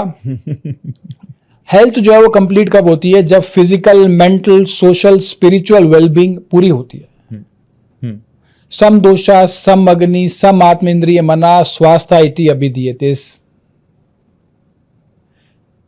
यानी कि सम दोष सम अग्नि सम आत्मा, यानी कि मन और इंद्रियां जो हमारी 5 इंद्रियां हैं, उसके साथ मल और मूत्र जो हैं वो हमारे प्रॉपर हैं। ये सब कुछ बताया गया। स्वास्थ्य मतलब वही है जिसके ये सब चीजें नॉर्मल है। ओके।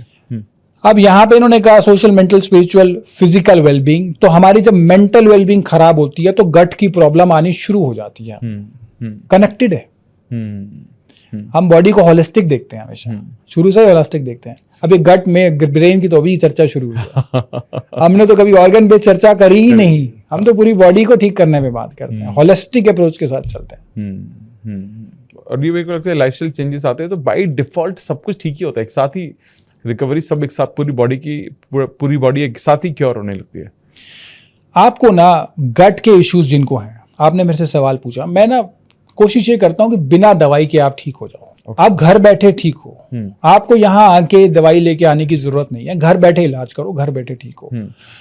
आयुर्वेद में ना गट के लिए ऐसी चीजें हैं कि आपको बिना दवाई के भी ठीक हो जाओगे। नंबर 1, आपने सूर्यास्त के बाद कुछ नहीं खाना, आपने सूर्योदय से पहले कुछ नहीं खाना। यानी कि अगर अपने साइकिल को सुबह 9 से लेके 6 बजे तक ही खाना खा लिया, 1 बार खाओ, 2 बार खाओ, 3 बार खाओ, होम एड करो, 2 बार खा लो, 3 बार खा लो, लेकिन 6 बजे के बाद मत खाओ। 1 बार खाना खाए योगी, 2 बार खाना खाए भोगी, 3 बार खाना खाए रोगी, 4 बार खाना खाए महारोगी। अब खाना कितनी बार खाना है वो देख लो, लेकिन 9 से 6 के बीच में ही खाओ। अगर आपने खाना इस समय खाया तो गट की समस्या ठीक होती चली जाएंगी। और मेंटल, गट और ब्रेन है तो ब्रेन गट का रीजन और गट ब्रेन का रीजन भी है। तो गट ठीक होता है तो मेंटल पीस भी रहता है, मेंटल एनर्जी भी रहती है, मेंटल क्लैरिटी भी रहती है। करेक्ट। उसके साथ साथ सप्ताह में एक दिन आपको फास्टिंग करनी है, लंघन करना है। लंघन करने से आपकी गट हेल्थ जो है वो ठीक होनी शुरू हो जाएगी। आपने आराम दे दिया ना, 36 घंटे का आराम मिल गया बॉडी को। मैं हफ्ते में एक दिन लंघन करता हूं, फास्टिंग करता हूं और पिछले 3 सालों से करता हूं। रात को संडे को खाना खाता हूं 6 बजे और उसके बाद मैं ट्यूसडे को खाता हूं अगले दिन लगभग 9 बजे। तो लगभग हमारे 40 घंटे का फास्ट हो जाता है। हाँ। और कहने को वो एक दिन का, बट वो 40 घंटे का एक्सटेंड हो जाता है। गट के लिए ये आपके लिए इससे बड़ी कोई रेमेडी ही नहीं है। आप जो दुनिया भर की गोलियां खा रहे हो ना, वो सुबह सुबह उठ के पी से बहुत सारी गोलियां आती हैं, वो सब खा रहे हो, जो वो गोलियां छूट जाएंगी एसिडिटी वाली। क्या गैस एसिडिटी कुछ नहीं रहेगा, खत्म हो जाएगा सब। अपने आप बॉडी हील करेगी ना, बॉडी अपने आप रिजुविनेट करेगी, इम्यूनिटी बढ़ाएगी। अगर आपने ये चीजें 2-3 भी कर ली, 2 चीजें कर ली, सर अब आपने 6 बजे के बाद खाना नहीं खाया, हफ्ते में एक दिन लंघन कर लिया, बस इतना ही कर लो। सुपर सुपर, बहुत सही। पी वाली गोलियां बंद हो जाएंगी। तो सभी खा रहे हो। बहुत सही। अब मुझे एक चीज बताइए, जैसे आपने कहा घी, तो चलो घी, देसी गाय का घी तो बहुत अच्छा है। व्हाट अबाउट दिस, ये जो दूध है, दही है, पनीर है, ये बड़ा डिबेटेबल है। ये तो बहुत लोग बोलते हैं नहीं पीना चाहिए, बहुत लोग बोलते हैं कितना प्योरिटी है। मतलब what is your point of view? दूध, दही और साथ में पनीर, इन तीनों पे एक एक करके चर्चा करते हैं। सबसे पहले हम करते हैं दूध पे। दूध हमें जो है हमारी बॉडी के लिए, बहुत से लोग कह रहे हैं नहीं बना, बहुत से लोग कह रहे हैं बना है, बहुत सारी चीजें चल रही हैं इंस्टाग्राम पे। अब नीचे किसी का वो तो लिखा आता नहीं ना, सर्टिफिकेट, जो बोलने वाला कौन है, ये तो आता ही नहीं नीचे लिखा हुआ। तो जो भी कुछ शॉर्टकट बता जाता है वो वायरल हो जाता है, लोगों को लगता है यही सच है। देखो, दूध में ना, आप गाय जो दूध देती है वो अपने बछड़े के लिए देती है, सही है, ठीक है। और हम जो वो दूध पीते हैं, इसलिए हमने गाय को माँ का दर्जा दिया है, क्योंकि वो हम अपने बच्चों के लिए दे रही है पहले, और फिर अपने दूसरे बच्चों के लिए दे रही है। तो दूध में ऐसी कोई प्रॉब्लम नहीं है जिसमें हमें प्रॉब्लम हो, जिससे हमें प्रॉब्लम हो। अब लैक्टोज इंटॉलरेंस आजकल बढ़ती जा रही है, ये भी एक फैक्ट है, इसमें कोई दो राय नहीं है कि दूध लोगों को सूट नहीं कर रहा। उसके पीछे के मल्टीपल रीजन है। आप पूरे दिन बैठे रहते हो एसी में, और आप गाड़ी से निकलते हो और गाड़ी से वापस आते हो, आपका पूरा दिन जो है इतना पैक्ड है कि आपको एक्सरसाइज होती नहीं, बॉडी हिलती नहीं है, तो हो सकता है आपको दूध डाइजेस्ट ना हो। और 40s के एज के बाद भी लैक्टोज इंटॉलरेंस डेवलप हो रही है, इसमें कोई दो राय नहीं है। एक तो गाय जो है वो दूध कहाँ से आ रहा है, वो गाय क्या खा रही है। पहले के समय में सब कंट्रोल्ड था, गौशालाएं थी जहाँ पे साफ सुथरा खाना था।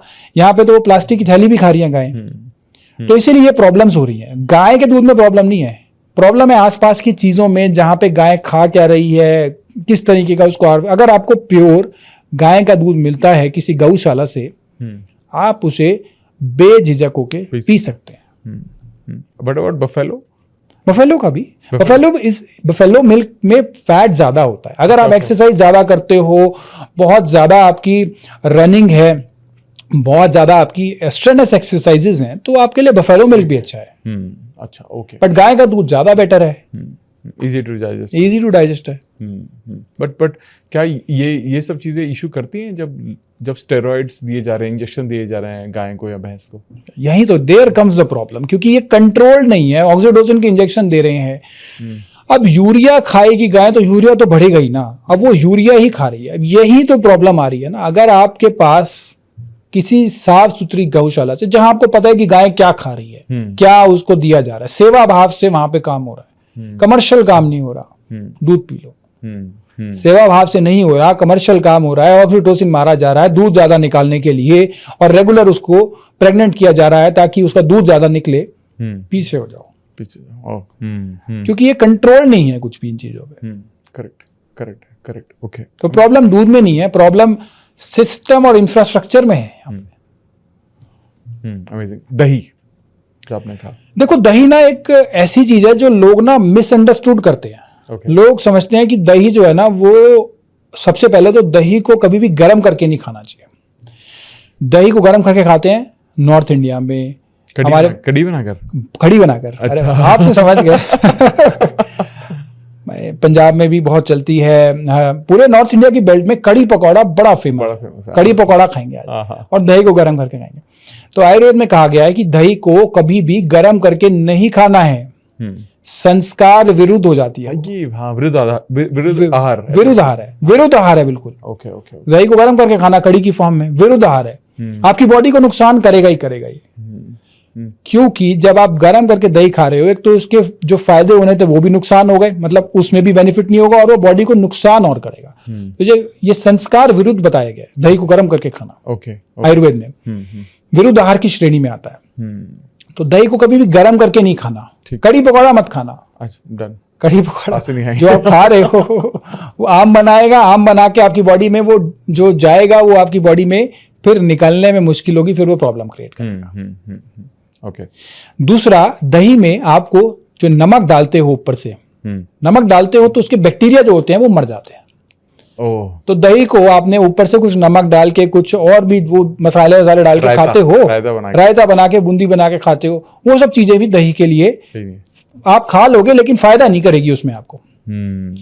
तो नमक आपने टेस्ट के लिए लगाया लेकिन बैक्टीरिया को मार दिया, और बैक्टीरिया ही आपके गट हेल्थ को इंप्रूव करने वाले थे। प्रोबायोटिक प्रीबायोटिक की जो बात करते हैं वही तो बैक्टीरिया मरी गए। अब वो क्या प्रोबायोटिक का काम करेंगे। तीसरा, जो दही है उसको आपको रात को नहीं खाना। दही को हमेशा हमें दिन में खाना चाहिए, रात को नहीं खाना।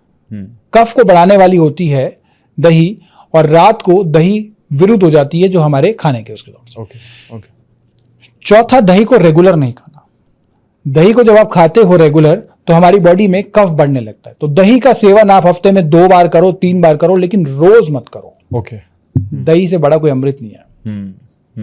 अमेजिंग। आई थिंक ये बहुत इंपॉर्टेंट बात बोली कि अब जैसे हर घर में तो होता ही है, मतलब कड़ी पकौड़ा तो नॉर्थ में तो चलते ही है, बट रायते बड़े हमारे लिए हमें तो रोज रायता चाहिए, और नमक मिर्ची सब उसमें छौंका लगता है बराबर, जीरे का सब कुछ लगा के। बट ये आपने सही कहा, फिर वो दही रही नहीं जो उसके फायदे होने चाहिए तो वो नहीं मिला। उसके गुण खत्म हो गए ना। हाँ, जो उसके फायदे वाले गुण हैं वो तो खत्म हो गए। ओके। और पनीर क्यों इतना सही है, खराब है? तो paneer is an invented dish.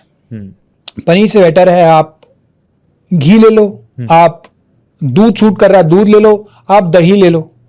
अब पनीर में ये नहीं कह रहा नहीं खाना, पनीर खाओ, लेकिन बहुत बहुत बहुत ज्यादा मत खाओ। ओके। खा लो, अच्छा है, कोई ऐसी प्रॉब्लम नहीं है, लेकिन ये इन्वेंटेड इसलिए हुआ है ताकि चीजें खराब ना हो, 2-4 दिनों तक भी ये चल जाए। Amazing amazing amazing. Natural form नहीं है। नेचुरल फॉर्म नहीं है। अब ना एक तो ये आई थिंक ये बहुत इंपॉर्टेंट था जो आपने अभी डिस्कशन किया, बहुत इंपॉर्टेंट था। एक और बड़ा डिबेटेबल टॉपिक है और बहुत लोग बात भी करते हैं, बट अगेन एक्सपर्ट आप बताएंगे तो आई थिंक इट विल, मतलब ऑथेंटिक जगह से आए ना तो बहुत समझ में आता है लोगों को। क्या आजकल ना शुगर, गुड़, खांड, ये 3 जो कैटेगरी है, लोग बोलते हैं कि शुगर सबसे खराब है, गुड़ कितना मर्जी खा लो, खांड कितनी मर्जी खा लो। ये कितना सही है, कितना गलत है? देखिए, शुगर जो है ना उसके अंदर अल्ट्रा प्रोसेस की तरह होके जा रहा है। आप शुगर की मिल के बाहर से निकलो, आपको इतनी बदबू आएगी, आप 2 मिनट भी खड़े नहीं हो पाओगे। एग्री, करेक्ट है। शुगर में सल्फर का प्रयोग हो रहा है, शुगर में अल्ट्रा प्रोसेस किया जा रहा है ताकि उसके जो पोषक तत्व हैं वो तो खत्म हो गए, उसमें तो कुछ है नहीं, ना उसमें प्रोटीन है, ना उसमें मिनरल है, ना उसमें विटामिन है। उसमें जो मीठापन है वो भी हमारे किसी काम का नहीं है, क्योंकि हमारी बॉडी में डाइजेस्ट नहीं होता। अब जो गुड़ है उसका क्या है, वो गन्ने के रस को उबाल के बनता है, वो नेचुरल तरीके से बन रहा है, अल्ट्रा प्रोसेस नहीं हो रहा। लेकिन उसका भी ग्लाइसेमिक इंडेक्स तो हाई है, तो आपको बहुत ज्यादा नहीं लेना उसको। ओके। लेकिन as a replacement of sugar it is 100 time better. Okay. 100 time better. खांड भी सेम है, नेचुरल फॉर्म है, उसको आप ले सकते हो मीठेपन के लिए, मीठे के लिए, क्योंकि वो नेचुरल तरीके से बन रहा है ना। भाई शुगर में तो सल्फर का प्रयोग पटाखे बनाने में यूज होता है, अब वो शुगर की प्यूरिफिकेशन में यूज हो रहा है। तो आप सोचो कि शुगर तो आपको छोड़ ही देनी है पूरी। तो सेल्स है ना हमारे, वो इन्फ्लेम्ड हो जाते हैं शुगर तो ज्यादा खाते हैं। 14 दिन शुगर छोड़ दी तो आपकी बॉडी में बहुत सारे चेंजेस आने शुरू हो जाएंगे। सबसे पहले आपका वेट लॉस होना शुरू हो जाएगा। नंबर 2, आपकी बॉडी में छोटी छोटी जो प्रॉब्लम्स है ना वो ठीक होना शुरू हो जाएंगी। गट हेल्थ बहुत इंप्रूव करेगी, क्योंकि जो बॉडी के सेल्स है वो इन्फ्लेम्ड हो जाते हैं शुगर के कारण। तीसरा, आपकी स्किन ग्लो करने लग जाएगी। जो महंगे आप पेंट पाउडर लगाते हो उसकी जरूरत नहीं पड़ेगी। और उसके साथ साथ शुगर छोड़ते ही आप देखेंगे कि आप जो है सुपर एक्टिव होते जा रहे हो, मेंटल क्लैरिटी आपकी बढ़ती जा रही है। तो 14 दिन का एक्सपेरिमेंट कर लो शुगर छोड़ने का। वाह, क्या बात है, ये तो 14 डेज चैलेंज ले सकते हैं। 14 डेज चैलेंज है ये। 14 दिन शुगर छोड़ के देखो, उसके बाद आप खुद ही नहीं खाओगे। क्या बात है, क्या बात है। ये चैलेंज हम सब लोग लेते हैं। कमेंट बॉक्स में लिख देना आप अभी कि 14 दिन का जो नो शुगर चैलेंज, और कमेंट बॉक्स में बताना कि आपके अंदर क्या क्या बदलाव है। Amazing sir, amazing. I think ये भी बहुत ज़रूरी है, क्योंकि कई जगह ये अलग अलग तरह से धारणाएं हैं और लोग इसको भी अपने अपने सुविधा अनुसार इसको कंसीडर कर रहे हैं। आई थिंक ये जो आपने भी बताया बहुत ज़्यादा रिलेवेंट है और लोगों को डेफिनेटली इसको समझने की भी ज़रूरत है। मेरा ना एक सवाल है, जैसे ऑब्वियसली बहुत सारे लोग हैं जो रेगुलर ना टेस्ट करवाने शुरू कर दिए हैं। ये थोड़ा अवेयरनेस आ गया है लोगों में।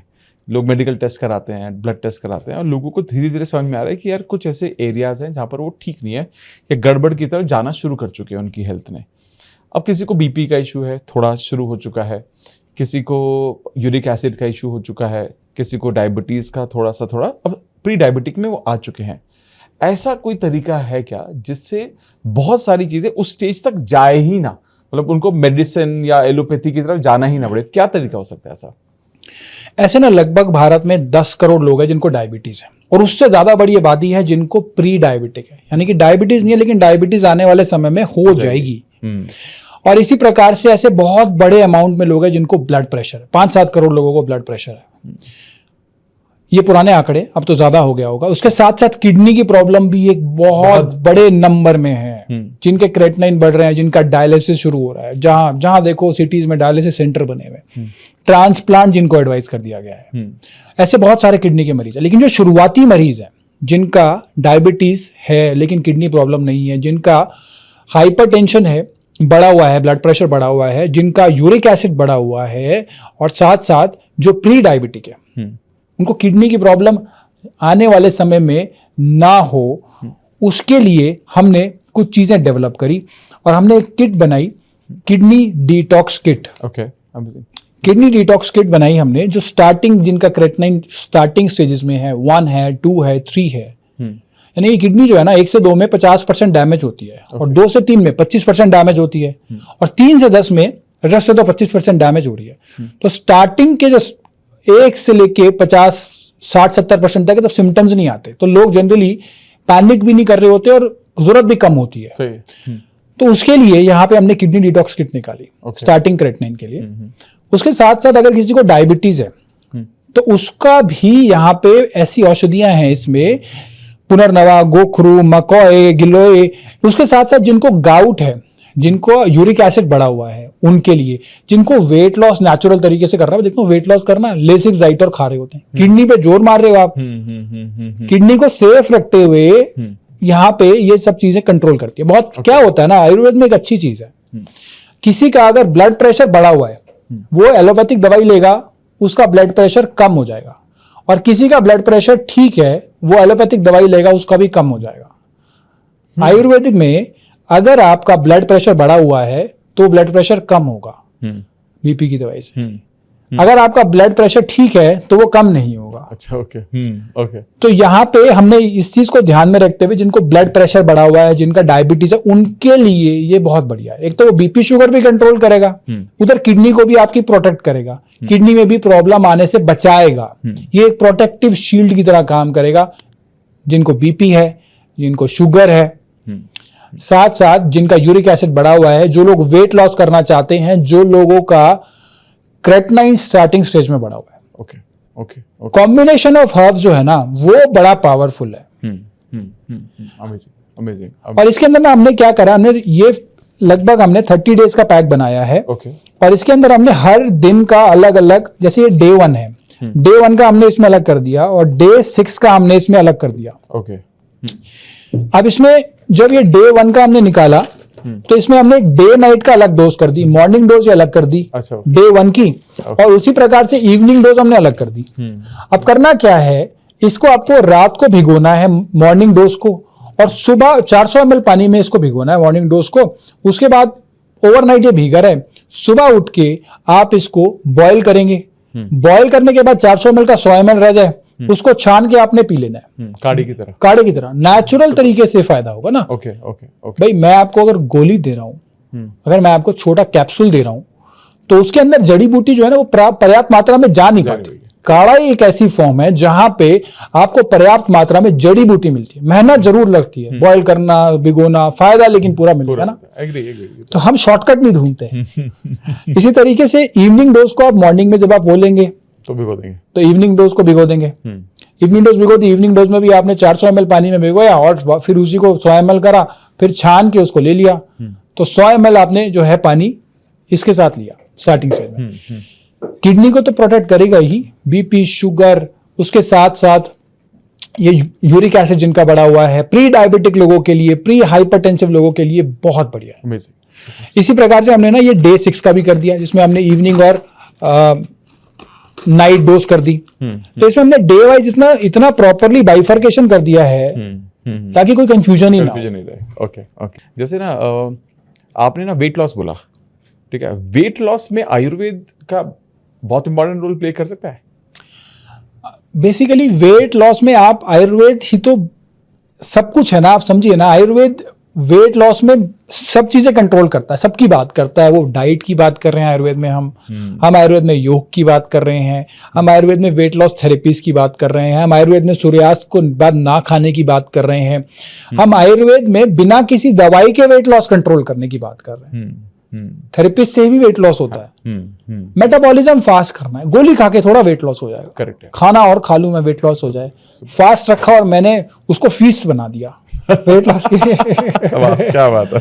फीस्ट में क्या करा मैं सुबह से शाम तक भर भर के आलू खा रहा हूँ, और वो किट्टू की सब्जी खा रहा हूँ, और वो पता नहीं बहुत सारी चीजें अलग अलग टाइप की। और वो नवरात्रे में तो क्या होता है, वो बड़े बड़े उसमें वो थालियां मिलनी शुरू हो जाती है। फास्ट रखा है बॉडी के लिए आपने, राइट, आप उसको पार्टी कर रहे हो उसको।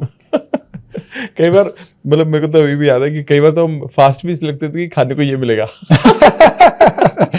तो बस वही जो है ना, ये माइंडसेट चेंज करना है। माइंडसेट क्यों चेंज करना है? क्योंकि फास्टिंग है, फीस्टिंग नहीं है। फास्ट केवल 2 ही प्रकार के, फलाहार और निराहार। फलाहार यानी आपने पूरा दिन कुछ नहीं खाया, आपने फल खाए। निराहार यानी कि आपने वाटर फास्टिंग करी।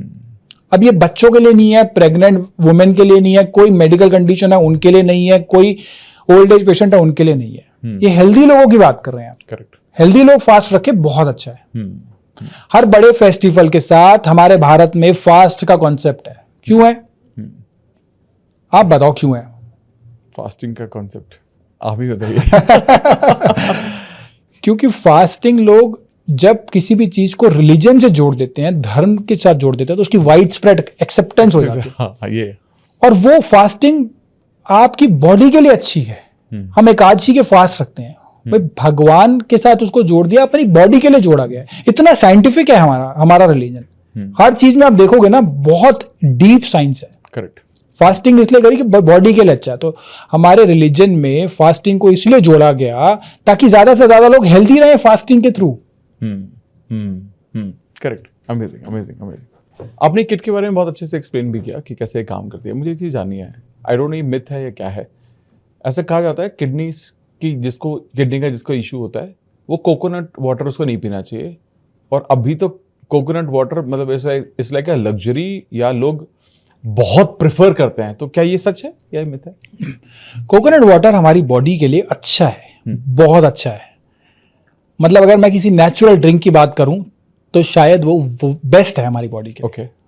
लेकिन इसके अंदर एक कैच है, और वो कैच ये है कि कोकोनट वाटर किडनी पेशेंट को नहीं लेना है। ओके। क्योंकि उससे पोटेशियम का ओवरलोड हो जाता है। कोकोनट वाटर में पोटेशियम बहुत ज्यादा है। पोटेशियम ओवरलोड जब हो जाता है कोकोनट वाटर से, तो वो हमारी हार्ट हेल्थ को इफेक्ट करता है, हार्ट की फंक्शनिंग को डिस्टर्ब करता है। तो किडनी पेशेंट को कोकोनट वाटर नहीं लेना है। इलेक्ट्रोलाइट ओवरलोड हो जाते हैं, तो किडनी पेशेंट को कोकोनट वाटर को अवॉइड करना है।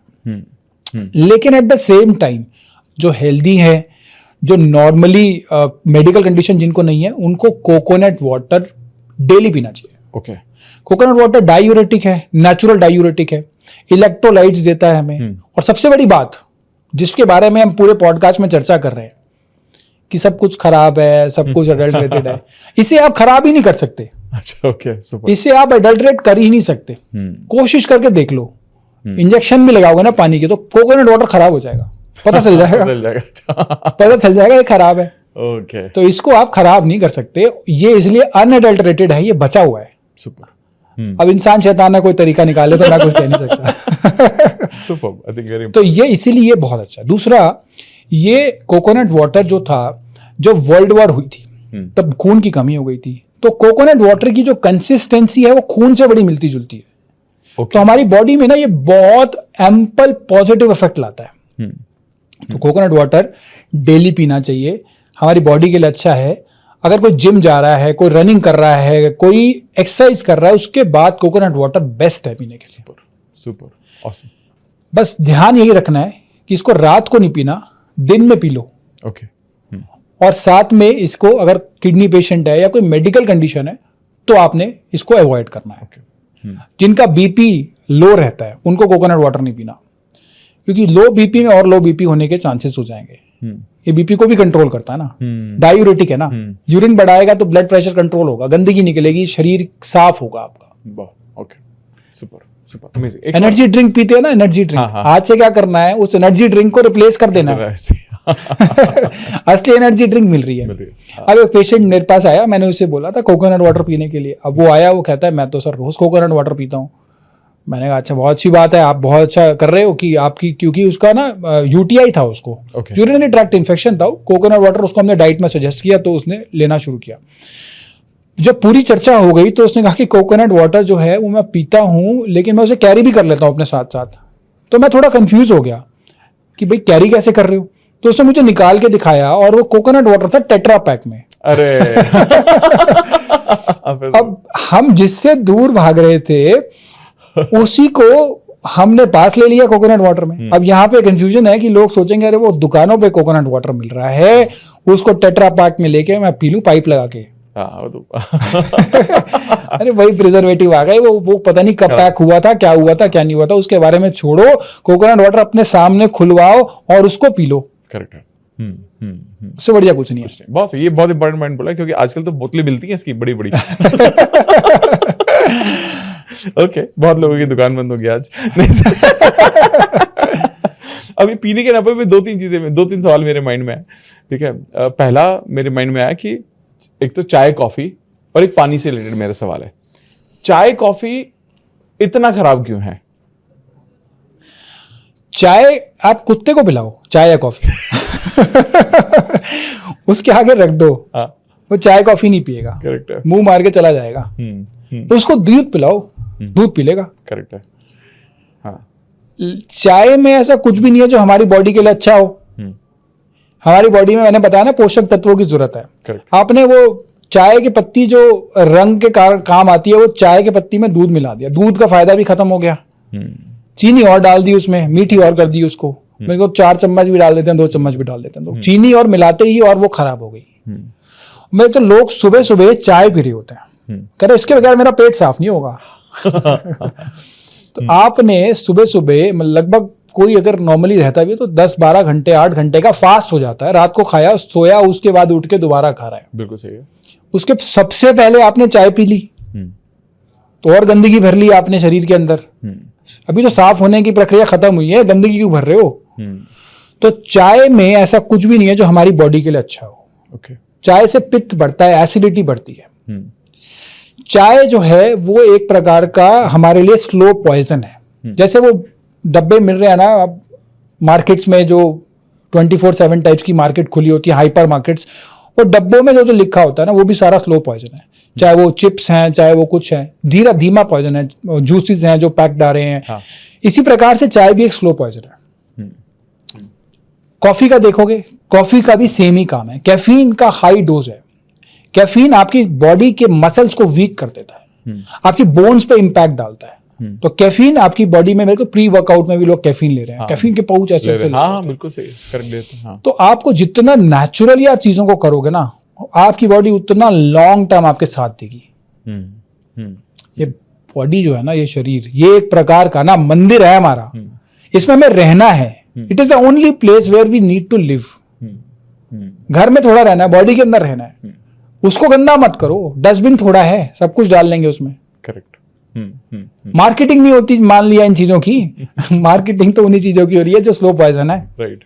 सही है, सही, बहुत सही। एक और इम्पॉर्टेंट चीज, जैसे जब हम बात कर रहे हैं पानी के बारे में, आपने काफ़ी पहले बताया, लेकिन बहुत इंपॉर्टेंट डिस्कशन था वो भी, और ये भी मेरे को समझ में आया। अब मुझे एक चीज़ जाननी है कि एक पता नहीं मिथ है या रियल है कि पहला, क्या खड़े होकर पानी नहीं पीना चाहिए? दूसरा, लोग बोलते हैं एक साथ ज़्यादा पानी नहीं पीना चाहिए, सिप सिप करके पानी पीना चाहिए। दोनों पर मुझे आपका पॉइंट ऑफ व्यू चाहिए। पानी खड़े होके नहीं पीना चाहिए ऐसा लोग कहते हैं, तो ये बिल्कुल सच बात है। खड़े होके पानी नहीं पीना चाहिए। आपने, हमारे बड़े बुजुर्ग भी कहते थे खड़े होके पानी मत पी, बैठ जा, बैठ के पी। हाँ। खड़े होके जब आप पानी पीते हो तो हमारा ग्रेविटी, क्योंकि सेंटर ऑफ ग्रेविटी जो पेट पे आना चाहिए वो पेट पे ना आके हमारे पैरों में चला जाता है, तो पानी जो है वो भी डाइजेस्ट होता है। तो खड़े होके खाना भी नहीं खाना चाहिए, बैठ के खाना चाहिए, हमें सुखासन में खाना चाहिए। पानी भी इसी प्रकार बैठ के पीना चाहिए, चाहे आप उसे वज्रासन में लो, मलासन में लो, सुखासन में लो, लेकिन बैठ के पियो ताकि वो डाइजेस्ट हो, प्रॉपर डाइजेस्ट हो।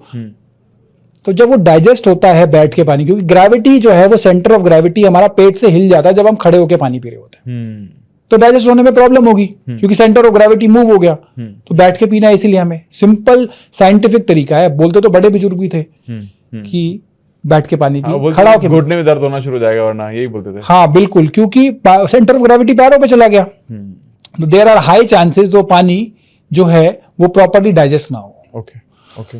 तो इसीलिए पानी जो है हमें बैठ के पीना है। साइंटिफिक रीजन नहीं पता होता ना, हम इसलिए सुनी सुनाई बात बोल देते थे, चल यार ऐसे। आज साइंटिफिक रीजन ये कि सेंटर ऑफ ग्रेविटी पेट से मूव कर जाता है अगर आप पानी खड़े होके पी रहे हो।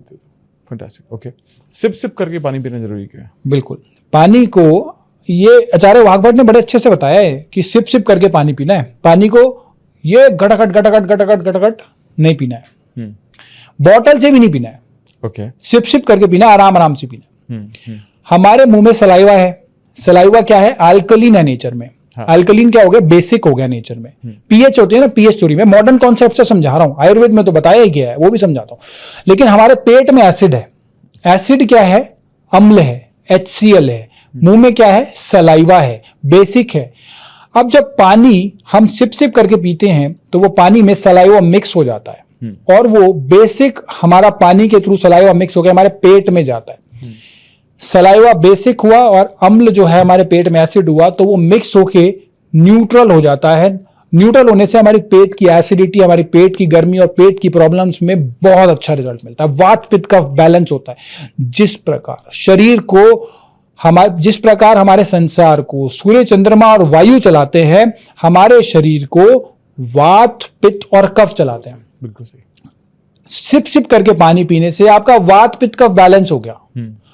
आपका पूरी बॉडी में जो आपकी एसिडिटी थी, अम्लता थी, वो कंट्रोल होनी शुरू हो गई, और पी वाली गोलियां भी बंद होंगी इससे। ये छोटी छोटी चीजें हैं, छोटे छोटे सूत्र हैं जिनका इंपैक्ट बहुत बड़ा है। करेक्ट। अब जब आप सिप सिप करके पानी पीते हो तो हमारी किडनी की फिल्ट्रेशन कैपेसिटी क्या होती है? वो होती है लगभग 80 से 90 ml 1 मिनट की। अब आपने अगर उसको ओवरलोड कर दिया 1 मिनट में, मतलब अगर आपने 300 ml पानी पी लिया तो किडनी में प्रेशर पड़ेगा। एक छन्नी है, छन्नी पे आपने पानी को फिल्टर कर रही है, आपने ज्यादा पानी डाल दिया, छन्नी पे प्रेशर पड़ेगा। अब आपने पानी को सिप सिप करके पिया, टाइम लगा के पिया, तो छन्नी पे प्रेशर कम पड़ेगा। किडनी भी कहेंगी अच्छा किया आपने, आज अच्छा दिन गया मेरा। तो ये इसीलिए जरूरी है सूत्र, ये बहुत पावरफुल सूत्र है। पानी को हमेशा ग्लास से पीना चाहिए, बॉटल से मत पियो, क्योंकि ग्लास से ही सिप सिप करके पियेंगे हम। अब पानी को हो सके तो हल्का गुनगुना करके पियो, चाय की रिप्लेसमेंट बनेगा। हाँ। एक तो चाय की गंदगी भी साफ करेगा, नई चाय भी नहीं जाएगी और पुरानी गंदगी भी साफ करेगा। काढ़ा भी पी सकते हैं। काढ़ा तो बेस्ट है। पानी हर्बल टी की जगह काढ़ा पीना चाहिए। हाँ। जो मैंने आपको किडनी डिटॉक्स किट बताई है, हर्बल टी का रिप्लेसमेंट है। बहुत सही, बहुत सही। मीठा नहीं है, कड़वा है। कड़वा है, बट लोग, मेरे को लगता है काढ़े, लोगों को पता है, बट काढ़े के बारे में लोगों को पता है कि लोग आज भी, मैं देखता हूँ कि घरों में जब ज्यादा खांसी, ज्यादा जुकाम जो नहीं क्योर होते, एंड में काढ़ा ही आता है। काढ़ा ये आता है, देखो मीठा क्या है, शुगर से मीठा हो रही हैं चीजें, जितनी भी आप मीठी गोलियां खा रहे हो चीनी तो है ही ना उनमें, चाहे वो ग्लूकोज की फॉर्म में हो किसी दूसरी फॉर्म में हो। करेक्ट। आई थिंक मुझे ऐसा लगता है कि इतनी सारी चीज़ें हमने डिस्कस की हैं और लोगों को बहुत सारी क्लैरिटी आज मिली होगी। और एंड अगेन जैसे मैं लास्ट टाइम भी मैंने शेयर किया था कि आपकी नॉलेज इमेंस से इतने सालों का एक्सपीरियंस है आपका, मैं चाहता हूँ कि आप हमारी ऑडियंस को फाइनल कोई एक ऐसी टिप दीजिए आयुर्वेद में जो उनके जीवन को ओवरऑल आज से जो वो ठीक करना चाहते हैं अपने जीवन को, वहाँ से वो बेहतरी की शुरुआत कर सके। आपने अपनी बीमारी को त्यागना है, बीमारी से दूर भागना है ना, तो उसके लिए अभी के लिए सिर्फ 2 चीजें कर लो। और जैसा मैंने बताया ना 14 दिन में उसका इंपैक्ट नजर आएगा। 2 चीजें छोड़नी है, खाने के लिए 2 चीजें छोड़ दो, खाने के लिए बहुत चीजें हैं और तो एक पाम ऑयल छोड़ दो और दूसरा आप चीनी छोड़ दो। 14 दिन तक अगर आपने ये छोड़ दिया तो आपकी बीमार होने की संभावनाएं 80% तक कम हो जाएंगी। सुपर। क्योंकि आपने बाहर की गंदगी छोड़ दी, आपने वो सारी नकली चीजें छोड़ दी जो हमारे को मार्केटिंग के थ्रू मिली है। अमेजिंग। तो आपका जब ये चीजें करोगे तो आपकी बॉडी अंदर से ग्लो करने लग जाएगी, बॉडी के जो सेल्स इन्फ्लेम्ड हो गए हैं वो कंट्रोल होने शुरू हो जाएंगे। डाइट, किचन, ये सबसे इंपॉर्टेंट है और मुझे लगता है ये एक्सरसाइज से भी इंपॉर्टेंट है कि आप क्या खा रहे हो, ये बहुत बड़ा रोल प्ले करता है। तो ये 2 चीजें अपनी शरीर से, अपनी जिंदगी से, अपनी लाइफ से हमेशा हमेशा के लिए निकाल दो और इसका इंपैक्ट केवल 14 दिन में देखो। Super, amazing, thank you so much, thank you so much. And मुझे ऐसा लगता है कि आई थिंक आपने पहले भी बताया कि जो 21 दिन तक फॉलो किया जा सकता है, ये 14 दिन तक फॉलो किया जा सकता है। जितने भी लोग इसको देख रहे हैं, इस पॉडकास्ट को देख रहे हैं, यहाँ तक देखा आपने, ये इंपॉर्टेंट टिप्स हैं, छोटी छोटी चीज़ें हैं जो आप घर में ही अडॉप्ट करके वो बदलाव लाना शुरू कर सकते हो और वो मैजिक आप अपने अंदर जरूर देखोगे। एंड और अगर आपको लगता है कि कोई भी एक ऐसा पॉइंट आज हमने डिस्कस किया, सर ने शेयर किया, जो आप अपने जीवन में इंप्लीमेंट जरूर करने वाले हो, मुझे कमेंट बॉक्स में लिखकर जरूर बताना। लेकिन सच में बहुत मजा आया आपके साथ पॉडकास्ट करके, बहुत कुछ मुझे पर्सनली सीखने को मिला and I am sure about it जितने भी लोग हैं वो आज बहुत इंप्रेस हुए होंगे वापस से। और अगर आपको लगता है कि सर के साथ वापस से 3rd पॉडकास्ट करना चाहिए तो कमेंट बॉक्स में पार्ट 3 भी लिख देना। इसके अलावा अगर आपका कोई भी सवाल है आयुर्वेद से रिलेटेड तो मैं सर का डिटेल भी वैसे मैं डिस्क्रिप्शन में डाल दूंगा, आप वहां से भी कनेक्ट कर सकते हैं, सोशल मीडिया के लिंक्स, वो सारी चीज़ें भी मैं डाल दूंगा। इसके अलावा कमेंट बॉक्स में भी अगर आपका कोई सवाल आ रहा है आप कमेंट बॉक्स में भी डाल देना, सर की टीम को बोलूंगा कि वहां पर भी एक्टिव रहकर जवाब दे दें ताकि आप लोगों को बहुत सारी चीज़ें समझ में आ सके, कोई स्पेसिफिक प्रॉब्लम पर सॉल्व किया जा सके। Sir I am really privilege, आज बहुत मजा आया आपसे ये पूरा डिस्कशन करने में एंड लुकिंग फॉरवर्ड कि ये जो पॉडकास्ट है लाखों लोगों की मदद करेगा। Thank you so much. Thank you so much.